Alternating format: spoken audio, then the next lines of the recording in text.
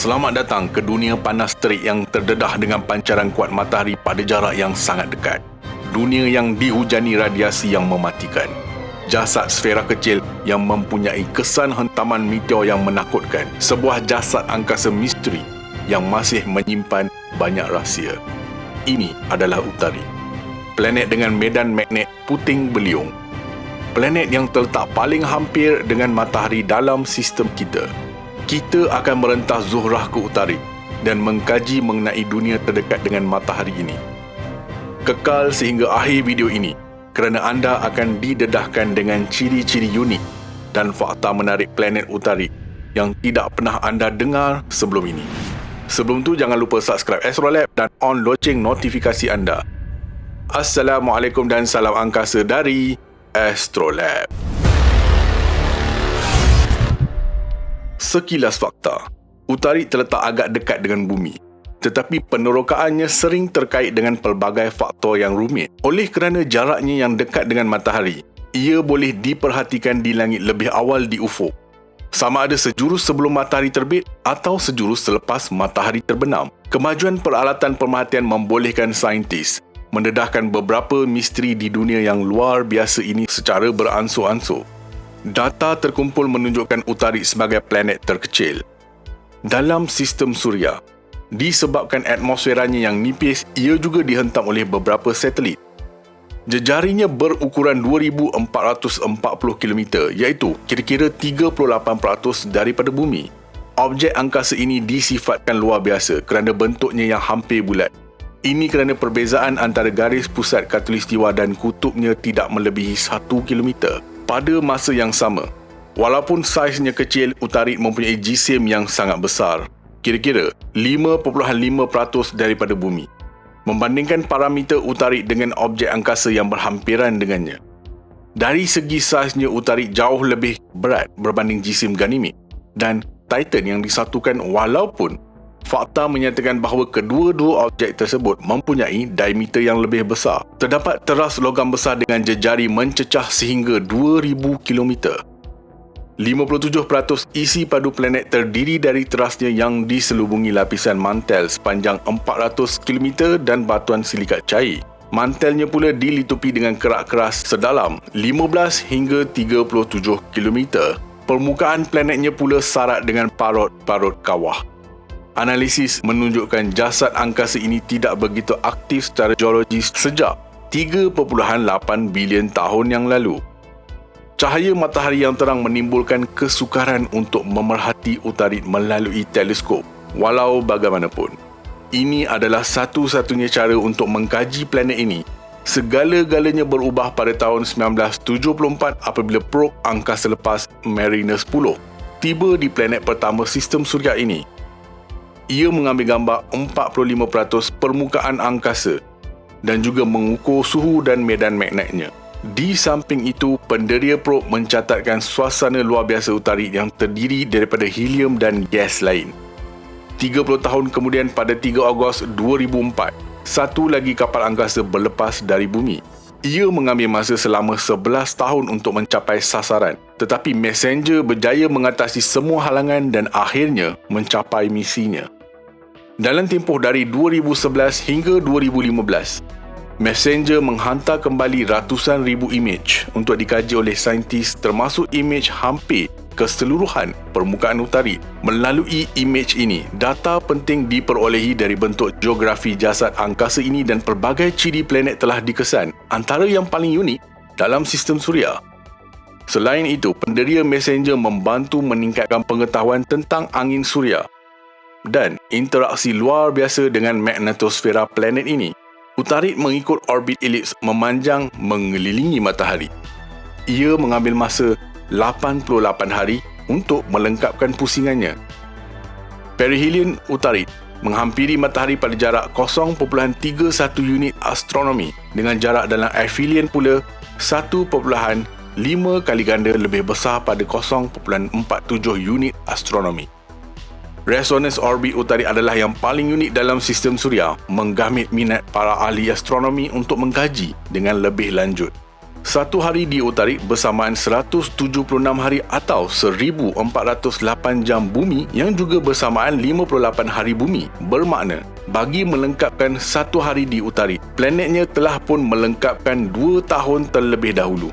Ini kerana putaran planet Utarik sangatlah perlahan. Ini menjadikan planet ini menghadap matahari secara bergilir-gilir. Pertama dengan satu sisi daripada yang lain ketika aphelion. Kawasan ini paling terdedah kepada sinaran suria dan dirujuk sebagai meridian panas. Salah satu kawasan tersebut mempunyai pembentukan geologi terbesar di Utarik yang ditetapkan pada peta sebagai Calorius Polynesia kerana suhu di sini mencapai 700 Kelvin atau 427 darjah Celsius, menjadikan kawasan ini tempat paling panas di planet ini. Satah tersebut merupakan kawah hentaman gergasi berukuran 1550 km dan menyumbang kira-kira 2% daripada jumlah kawasan Utarik. Anggaran menunjukkan kawah itu terbentuk kira-kira 3.9 bilion tahun yang lalu. Selepas pelangganan planet dengan asteroid besar berukuran diameter 100 meter. Utarik adalah protoplanet muda dan panas ketika itu. Kesannya memusnahkan sebahagian besar kerak yang tidak seberapa kukuh dan lava cair mengalir ke atas kawasan yang luas di permukaan planet. Apabila ia sejuk dan menjadi pepejal, satah tersebut dihubungkan oleh kerak berbatu yang kelihatan seperti titik cahaya terang, mudah dilihat dengan lembah-lembah gelap yang mengelilinginya. Permukaan Calorius Planitia ditandai dengan sejumlah besar kawah berukuran sehingga 100 km diameter. Walau bagaimanapun, ciri yang paling menonjol di sini ialah Pantheon Fossey. Struktur ini dibentuk oleh set jejari 230 jurang atau sesar sambungan selebar dari 1 hingga 8 km. Kebanyakan jurang tidak melebihi 175 km panjang jika dibandingkan dengan jurang yang lain. Terdapat kawah Apollodorus yang agak besar terletak tidak jauh dari pusat Pantheon Fossey, tetapi masih tidak jelas sama ada ia mempunyai kaitan dengan jurang-jurang yang terbentuk. Hari ini, terdapat beberapa hipotesis tentang Pantheon untuk pembentukan saiz. Menurut pengkaji, retakan gergasi itu muncul disebabkan oleh aktiviti tektonik. Calorius Polynesia ialah kawasan nyalaan bercahaya, namun bergerak sedikit ke utara kita akan menemui dataran ais yang gelap. Kecondongan paksi pergerakan Utarik adalah sangat kecil. Itulah sebabnya kawasan kutubnya boleh dikatakan memiliki suasana senja. Matahari di sini tidak muncul di ufuk langit sama sekali. Sinar matahari tidak pernah menyinari dasar beberapa kawah selama berjuta-juta tahun. Tidak hairanlah Borealis Polynesia, sebuah dataran yang mengelilingi planet ini, merupakan kawasan paling sejuk di sini. Suhu berada pada 80 Kelvin atau negatif 193 darjah Celsius di bawah sifar mutlak. Beberapa mendapan ais telah dikesan di sini di bawah naungan banjaran gunung di sekitar kawah. Berukuran sehingga 2 meter pada ketebalannya, ia dilindungi oleh lapisan debu berbatu sekaligus menghalang penyejatan ais. Pada masa yang sama, landai permukaan yang tinggi memerangkap sinar matahari yang mungkin menjadi sepanas 380 Kelvin atau 107 darjah Celsius.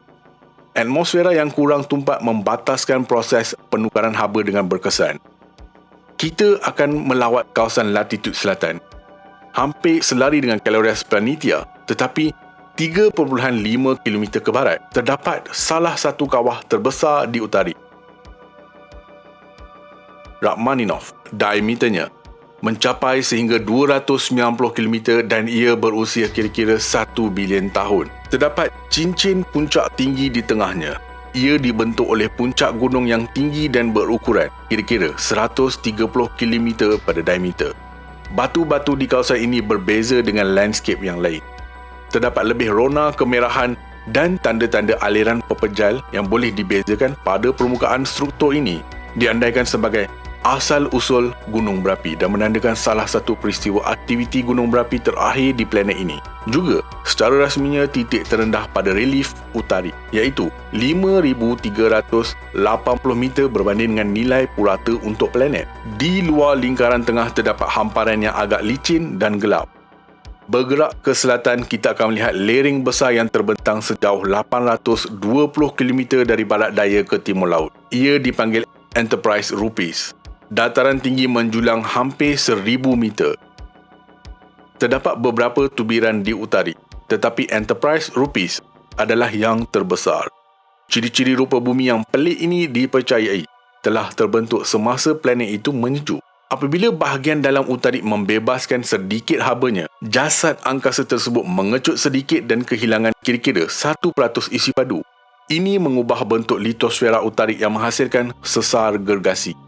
Hampir separuh daripada Enterprise Rupees terletak di wilayah kawah terbesar Utarik yang dinamakan Rembrandt. Diameternya berukuran 716 km dan lembangan yang luas mengandungi sejumlah besar relief yang lebih kecil. Sebagai contoh, terdapat rabung gunung kecil yang mengalir dari lingkaran luar kawah ke pusatnya.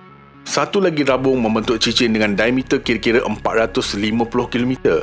Terdapat juga corak rekahan dalam yang terperinci untuk dilihat di bahagian bawah kawah yang menyerupai sarang laba-laba. Adalah dipercayai bahawa kajian yang lebih terperinci atau batu-batu yang membentuk permukaan kawah akan membantu kita lebih memahami ciri-ciri dalaman Utarik dan proses dalamannya. Walaupun pemerhatian teliti diberikan kepada Utarik oleh ahli astronomi dan di sebalik kemajuan peralatan pemerhatian, planet ini masih misteri dan perlukan banyak kajian. Sebahagian besarnya juga kurang diterokai. Malah pada masa ini kapal angkasa BP Colombo sedang dalam perjalanan dengan pantas ke arah Utarik. Dengan mendekati jasad angkasa ini, ia adalah projek kerjasama European Space Agency dan Jepun dalam usaha mendekati jasad angkasa ini. Peralatan di atas kapal angkasa akan membantu mengumpul data pada permukaan planet dan komposisi atmosfera, mengkaji magnetosfera dan angin suria, serta mengemas kini maklumat atau ciri-ciri relief. BP Colombo telah melepasi Utarik sebelum ini, tetapi masih terdapat beberapa gerakan yang terperinci untuk dilakukan bagi memecahkan kelajuan dan memasuki orbit mengelilingi planet ini. Dianggarkan menjelang 2025, kapal angkasa tersebut akan meneruskan mengumpul dan menghantar data. Malangnya, ia akan mengambil sedikit masa sebelum sebarang probe mendarat di permukaan bahaya Utarik. Keadaan yang melampau dan cabaran kebolehcapaian menjadikan planet ini sangat sukar untuk diterokai. Namun begitu, lama-kelamaan, Utarik akan membongkar rahsianya pada kita. Walaupun segalanya bakal diterokai dalam tempoh beberapa tahun lagi. Apa pendapat anda mengenai perkara ini? Nyatakan komen anda, jangan lupa like, share dan subscribe. Astrolek signing off from space.